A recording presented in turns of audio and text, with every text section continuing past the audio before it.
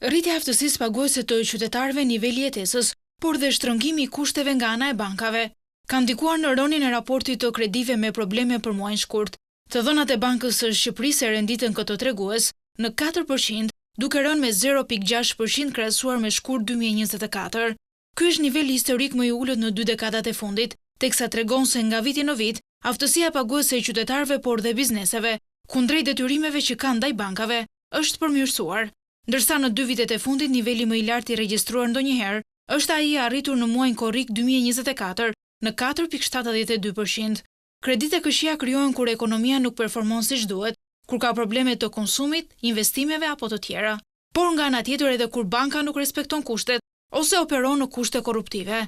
Ndonse bankat janë treguar më të kufizuara në dhënien e kredive, ekspertët ngren shqetësimin e informalitetit, pasi shtrëngimi huadhënies, rritja e numrit të dokumenteve, por dhe zgjatja në kohë, inkurajon individët në tregun informal të kredisë.